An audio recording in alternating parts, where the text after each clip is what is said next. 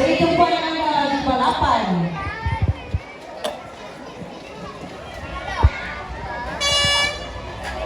Pelari pertama telah memulakan larian. Kita lihat biru sedang memotong kuning, diikuti merah. Hijau masih memulakan langkah untuk memotong merah. Merah memotong kuning setakat ini. Baiklah, Tanggona ini bahaya, Tanggona.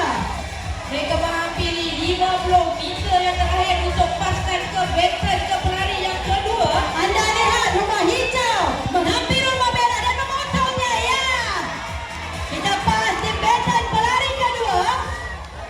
Didahului oleh rumah kuning, diikuti biru, hijau dan merah. Kita tengok Tanggona kita tengok. Sebab Ya. Tanggona ni kadang bahaya daripada lari yang lurus.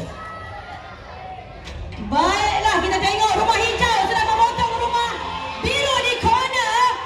Kuning masih mendahului, merah terus mengejar. Baiklah, sangat di antara biru dengan hijau. Teruskan larian anda, laju lagi. Jangan pandang ke kawan. Fokus kepada diri anda.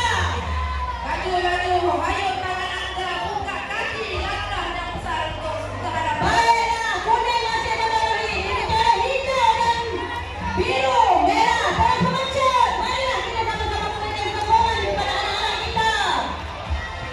Ya, nampak hijau sedang mendahului, diikuti oleh kuning dan biru, seterusnya merah. Jauh hijau tinggalkan kawan-kawannya. Jangan pandang belakang, teruskan larian anak-anak. Fokus kepada larian anda.